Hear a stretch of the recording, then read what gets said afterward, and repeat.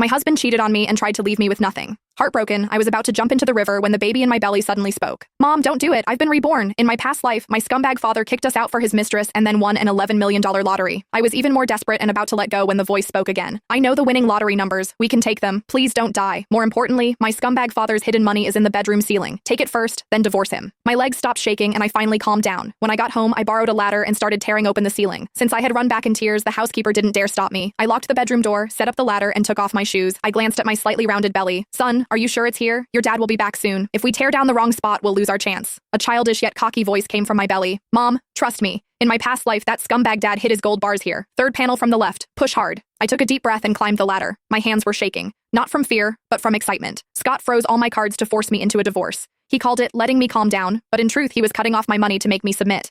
He wanted me to leave with nothing. Dream on. I shoved the patterned ceiling panel open. Dust fell and blurred my vision, but I didn't wipe my eyes. I had already touched the heavy black cloth bag. It was so heavy that I nearly fell off the ladder while pulling it out. Be careful, Mom. If you fall, we'll both die. Don't jinx it. My hands shook as I opened the bag. Golden light flashed before my eyes. It was filled with gold bars. I had never seen so much gold in my life. I rummaged through it and found stacks of US dollars underneath. How much money is this? About $5 million. That scumbag dad secretly siphoned it from the company behind his partner's backs. It was meant as startup money for him and his mistress to enjoy life overseas. In your past life, you jumped into the river and let them get away. They used this money to go abroad, get credentials, and return as famous entrepreneurs, completely forgetting you. Hearing this, my anger exploded. Scott, you bastard! I built everything with you from nothing, and now that you were rich, you cheated on me, hid money from me, and even tried to drive me to death? I took the gold bars out one by one and packed them into the suitcase I'd prepared earlier. What if Scott finds out when he gets back? I stared at the dark opening, worried.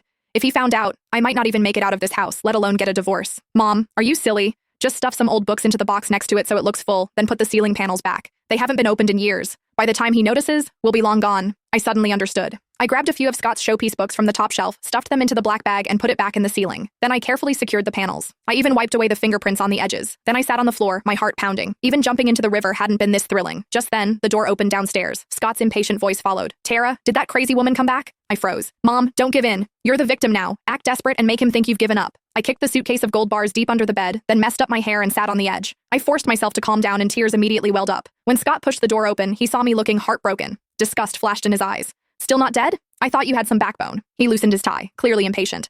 Since you're not dead, sign the papers. He tossed a divorce agreement at me. If you leave with nothing, I'll pay for the abortion. After all, no one wants a woman with a child when remarrying. Abort it? Even animals weren't that cruel. How could he say that?